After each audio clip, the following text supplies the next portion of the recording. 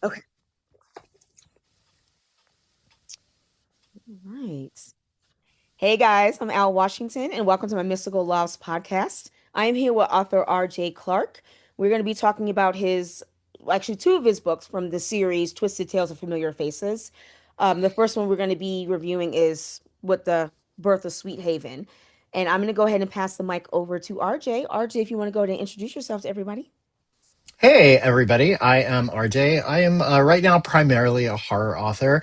I have two entries in the Twisted Tales series. There's a lot of great books in the Twisted Tales series. Definitely check them out. Start with mine, but then check out all the others as well. I also created the Staycation series. There's three books in the series so far. Wink, wink. And definitely check those out too. Each book is a little bit different in tone, but if you kind of like extreme horror, mystery, thriller, definitely right up your alley. So check them out. Absolutely. And thank you, RJ. We'll go ahead and get right into it. So first off, I'm reading the Sweet Haven Twisted Tales of Familiar Faces. I do love the beginning. You automatically draw the readers in. You're giving like a shadow of the villain per se. So I definitely love the tone for it. And I you just started with the action, which I love. Not giving too much away. So what made you do your own twisted version of Popeye? So a few years ago, I think it was about 2 years ago, a very low budget horror movie came out called Steamboat Mickey. So Mickey Mouse, the steamboat version of Mickey Mouse, went into public domain, and a couple of guys, very smart guys, jumped on that and made this low budget horror movie using that image of Mickey Mouse as the killer. A lot of people then jumped on the bandwagon and said, wait a minute, that's a great idea. I think Yeah. there's two other versions of the Steamboat Mickey horror movies. The publisher that I worked with, M for L Publishing, on the Uh-huh. Staycation series, they had approached me and said, this is a great idea. We want to jump on this. And these are the characters that are going into public domain next year. And do you want to pick one of them and write a horror version of these characters? So I immediately went to Popeye. I immediately saw the possibilities to do something Lovecraftian because Popeye's set in a seaside town. Sweethaven is Popeye's hometown. Right. So I immediately felt drawn to that and I felt the story, and it was an easy pick for me. It wrote itself very quickly. So my publisher really had some good foresight to develop this series, and now we're in our volume two of the series. My Dracula version just came out, as you know. Right. So all of us have picked different characters and have put our own unique spins on them. Some more thrillery, some outright horror, some ghosty, some really good stuff. All of them are very different. Some really great spins. There's Don Quixote, Rapunzel, Scrooge. There's one for Scrooge as well. Some great stuff. But Popeye was a no brainer for me. I Yeah. saw the story before I even wrote the first word of it. Oh, nice. Yeah, definitely. But you definitely set it up definitely as a darker tone, like I said, within the book. It's like because, back then I gave it was like early 70s or 80s, Popeye was kind of like a cartoon, bright, cartoon show. And then doing it as a dark, twisted tale to me definitely catches my attention and making it your own voice. So, but speaking of which, RJ, because you mentioned the Steamboat, also I think it's on Amazon Prime, they had a couple of slasher horror movies, Popeye's Revenge and Popeye the Slayer Man. I wanted to get your thoughts on that and see, have you seen any of them yet? Did you like them? Hell yes or hell no? Me, I saw the trailers. But I shouldn't be talking though, because my first supernatural horror novella is going to be based on a dark twisted version of the Three Little Pigs, and I know that. Nice. Oh, thank. All right, Jay. I know it's coming, RJ. I I know. love that. Thank you. Yes, I'm good. I'll keep you in the loop. Yes, it's Definitely. coming. Yes, everybody, it's coming. Yes. So I'm scared as hell, but I definitely trying to flesh it out to write it. But I'm getting to where with the Popeyes is that I saw the trailers for the movies yet, and I'm not trying to bash anybody's, like I said, vision or anything. It's just that it's not catching my attention yet. Because to me, the story concept has to be there. Just like when I'm reading your book, that your concept grabbed me. How you did your version, I think, was great. So I wanted to get your intake. What do you think of the? Did you see any of those two movies yet? I did actually, yeah. I saw the trailers when the trailers dropped, and Okay. final draft of Sweethaven was already into the publisher. So my story was locked. It was done. I could make no changes to it. And I saw the trailers and for both of them. And my immediate reaction was, I have nothing to worry about. You're so funny. My story is so different from what they're doing. Right. Number one, and just number two, story wasn't really first and foremost on their minds. Clearly, Right. the stories were very Steamboat Mickey. They were very basic. You know, Popeye's a killer. It's exactly what you would expect. Right. For lack of a better way to say it. There were no surprises in the Right. trailer. You say horror version Popeye, watch the trailer. That's exactly what you get. Right. Not to kind of pat myself on the back, but I wanted to do something a little bit different. He's horrific in my story, but Right. he's not necessarily the outright killer that Steamboat Mickey was, or that the Popeye Yeah. Slayer was in those movies. I kind of played with that a little bit more, and I think it makes it a little more interesting. Absolutely, and I agree too. It's just that again, I'm not like I said here to bash anybody. Like I said, because I'm again doing a remake, and you also did a remake of a popular, like I said, story. But to me, story is very important. Like you said, anybody can take an idea and just, I mean, I can do a Popeye, but again, I really the story needs to come out. If I don't like the story, it's just I'm simply not going to be working on it, or I'll put it to the side. So it's kind of like, do you remember, for instance, when I was younger, like the Jason movies? Okay, the first one was good with the mom being the killer. But after a while, no offense, they were getting repetitive. It was getting boring as hell, especially no offense, Halloween. It's the same, excuse my language, it's the same shit. He Yeah. killed random people to get to his sister. To me, that's boring as hell. When I was younger, it was, oh yeah, I love horror movies, which I still do. But maybe because I'm a writer, I just the story has to be there. I mean, anybody can you like Sleepaway, not Sleepaway Camp, Bloody Massacre Camp, Part 7, or Jason Goes to Space. I don't. That's what I mean. It's just to me, Yeah. the story has to be there, and I don't want to just make it cheap. Because, like I said, with the Piggy I'm working on, I can easily turn it into a 10-minute piece of just the killings and stuff. But I really want to take the time to flesh out the characters, and You have to. yeah, Anybody can write, a movie where a slasher just goes around killing people. yeah, It's not difficult. The audience is generally going to root for the killer. You make the killer somewhat interesting. You just have them go around killing nameless, faceless people, and a good portion of your audience is going to be happy. But what made Friday the 13th, the first one, and the second one to a large extent, and right, Halloween, interesting was there was a story, there was right, a character. The characters were, by and large, interesting for the most part. But, things get watered down, things get changed, and story yeah, becomes, less and less important. But story is everything. If you don't it have a is. story, you've got nothing. You don't have anything. Exactly. Yeah. Anybody could. That's well said. Well been put. And with that, with my next question, I think you just answered it. What do you think the main ingredient is when it comes to doing a horror movie of a book, like a remake that you want to do? Like, what do you think the main ingredient people need if they're doing a remake of a horror If you're movie? doing a remake, I think there's a couple things that you have to do. You have to have a good story. You Yeah. also, if you're doing a remake or you're doing something like we'll talk about, I'll use Sweet Haven obviously as the example. Right. You have to stay true to the source material. There are things that an audience is going to expect. Yeah. You have to deliver on those things in some way, shape, or form. Whether it's a wink and a nod here, or a Easter egg somewhere else. But there are things that an audience expects in a remake. Now you can also subvert their expectations and go off a little bit differently and give them something new. But you have to give them, it's kind of like getting married. You have to give them something old and something new. It's the only way to appease everybody, because a remake in particular isn't for the original audience. A remake is for a whole new audience who would never watch or read the original material because it's old. Yeah. But a remake is going to be for a new audience who doesn't know the lore, who doesn't know that there's 12 other movies in the series or would never watch them.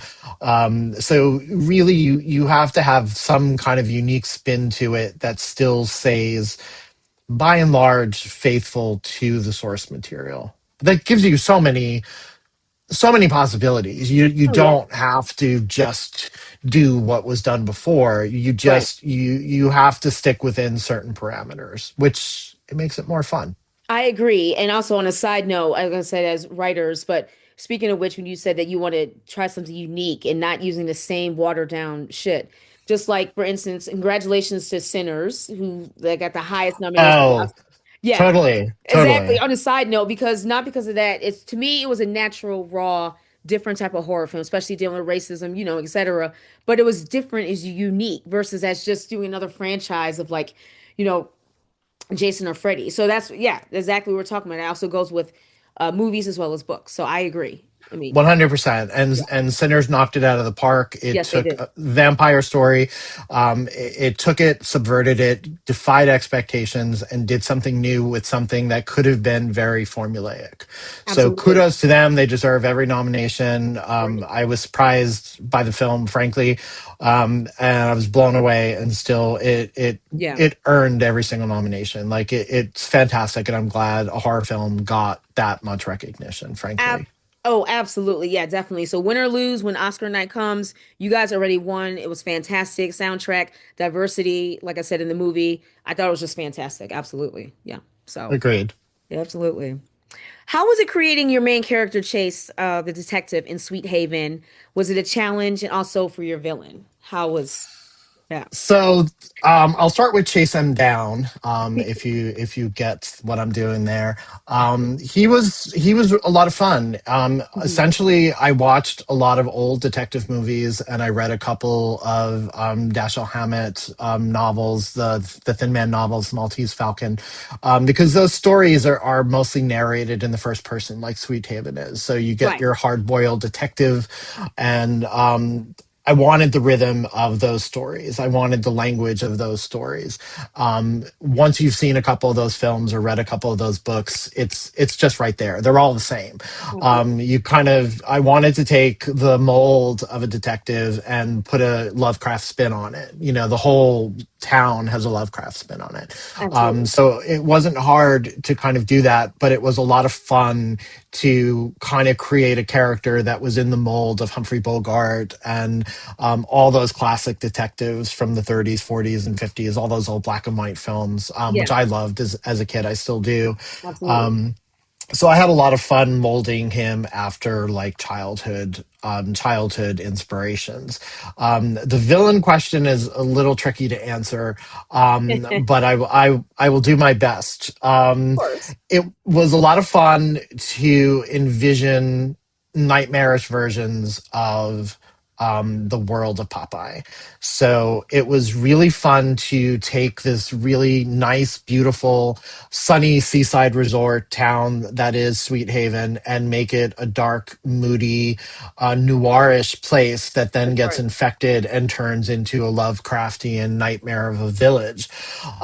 So it was great, and my creativity just flew all into the pages because I had no limits on what I could do once you introduce Lovecraft. That's right.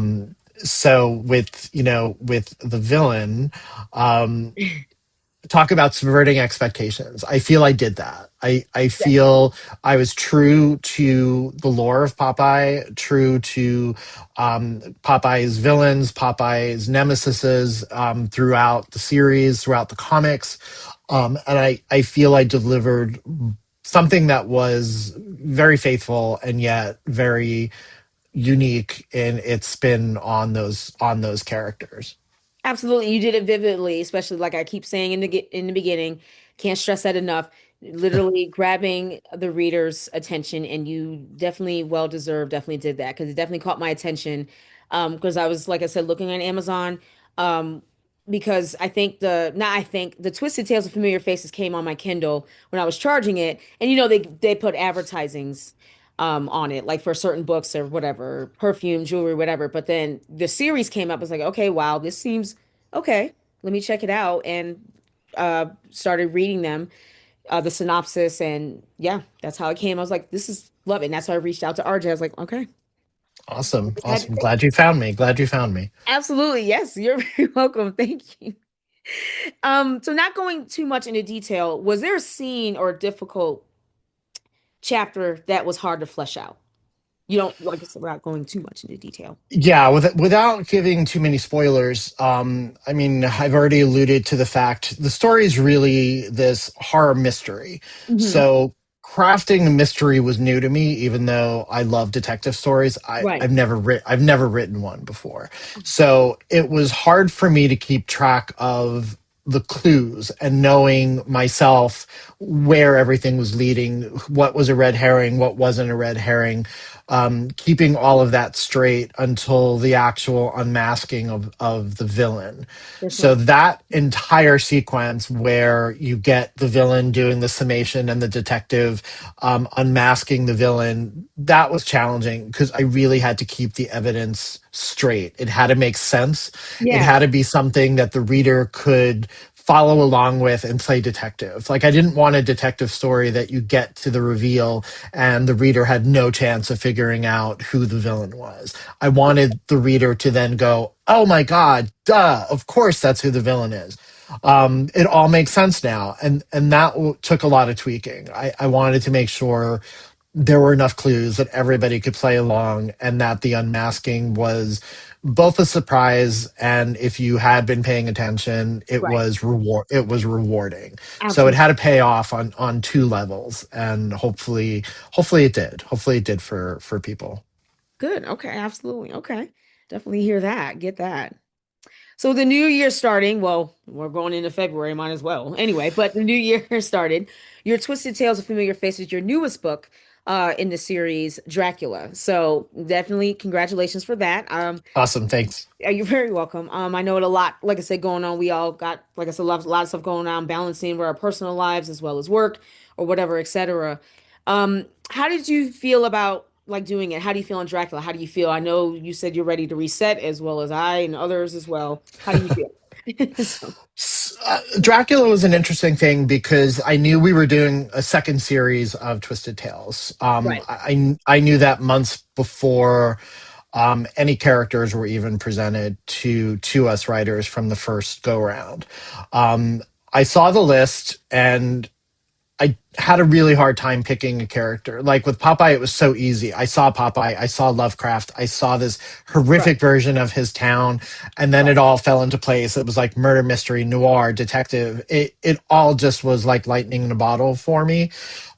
This list was a lot harder. There were characters that I liked, and there were Hmm. characters I thought could make a really interesting horror spin, Uh-huh. but nothing called out to me. There was nothing that I was like, bam, got it, boom. This is what I want to do. The only one on the list I kept going back to was Dracula, and Dracula was my first introduction to horror as a kid. Bela Lugosi, my Dracula growing up. So I really had to think about could I do something with Dracula that hasn't been done before, Right. and I had to walk away for a couple days and say what can I do with this? My favorite character from literature, the character that got me into horror in the first place. What could I possibly bring to the Dracula table? Right. Um, it took a couple days, a couple of really bad ideas, and then lightning in a bottle struck again, and I think I came up with something. Definitely, I came up with something that's never been done before. It's a version of Dracula nobody's ever done before. Well, all right. Um, Okay. so I think it's unique in taking a character everybody knows that's no pun intended. It's been done to death, Right. literally been done to death. Every version of Dracula you can think of has been done, except for what I did with the character, which I Right. think it's unique. I think it's fun. It's very timely. For lack of a, I hate saying that, but it is very timely. And that's what attracted me to the idea. I was like, I can do this, and I can make a lot of statements about all of this that we're experiencing, that we're living in this whole tech driven society. That's right. And it just was really easy. Once that clicked, it was really easy. Well, RJ, I'm glad that you said that because I mean, I'm glad you still got the book out because I know what you mean. Like Dracula has been done, like a lot of adaptions and retellings, audio, movies, theater, books, whatever. But I'm glad you still got it done because you could have been like, well, everybody else is doing it, or this has been done before. I'm not even gonna try. I mean, that's how I felt too. Again, when I'm writing my first book off, based off, Piggy Piggy, Three Little Pigs. But it's like this is your version, Miss Washington. So this is your version, your voice. You're still gonna do it because I there's another version.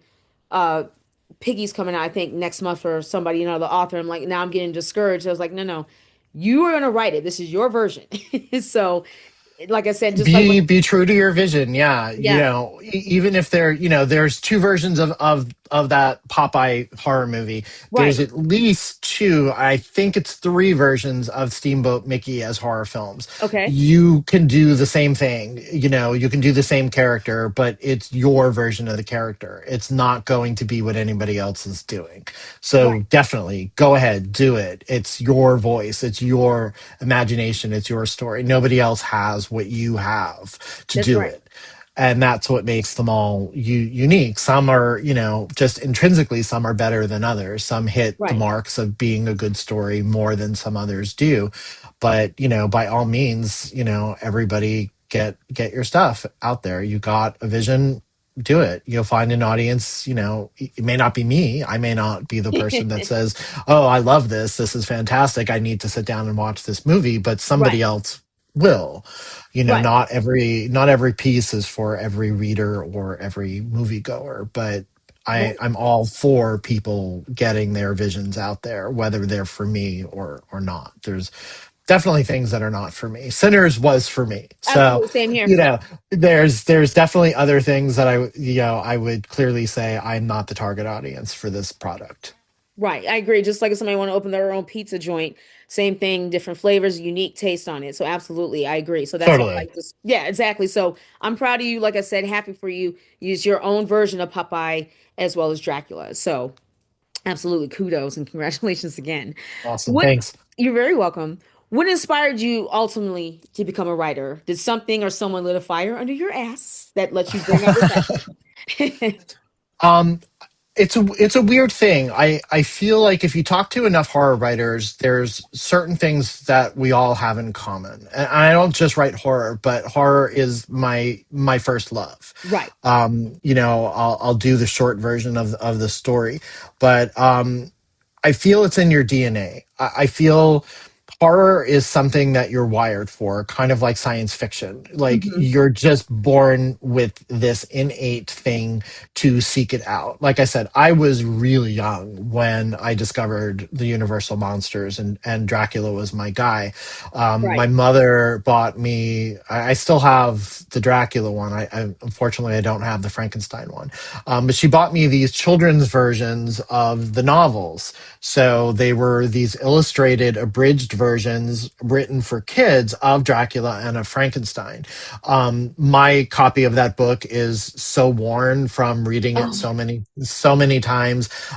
The illustrations scared me to death as a kid, but yet I loved looking at them. right. Um, Totally just really got me into horror. As far as taking that next step to thinking I could write horror, there's a guy out there you may have heard of. His name is Stephen King.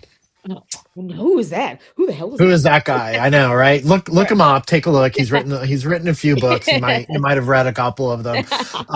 My grandparents on their bookshelf, and it was a small bookshelf. They had a copy of the unabridged version of The Stand, Right. and it was a wild cover that had the two penguin-looking guys, kind of with swords, and on the back, the author photo for King, he just looked like a wild man. Like he had the full beard, he had the Yeah. crazy eyes in the photo. This was like his 1970s author photo, and the book was beyond me. I was a kid.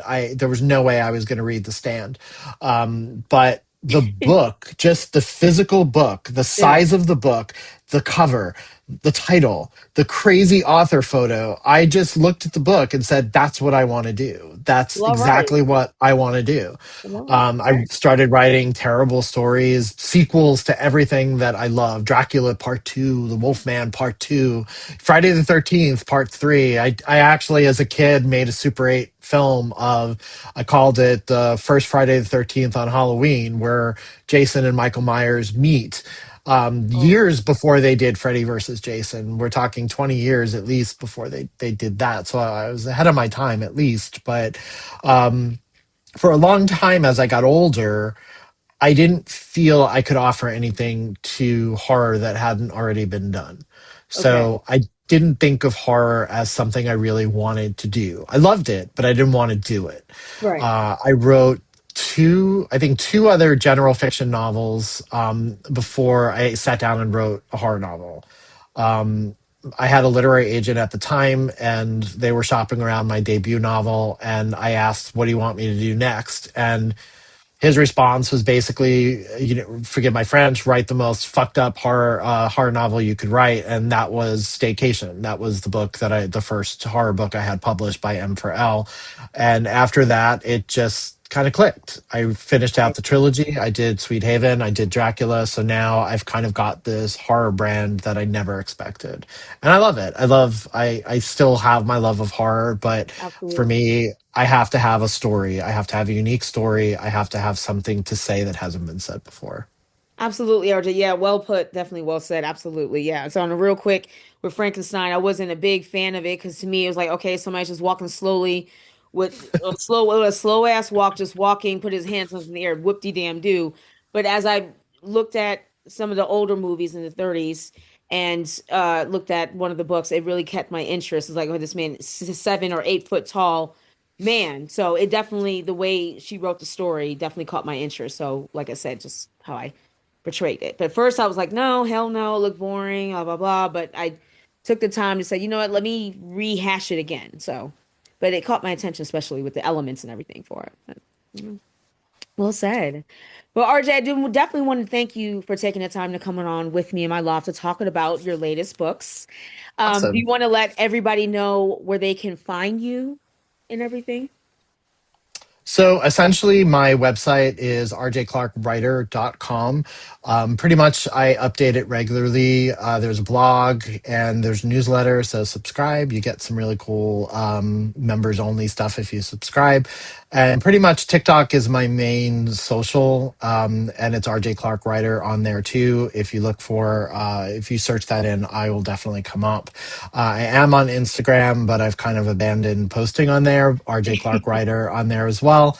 I'm trying to get back into the flow of social media.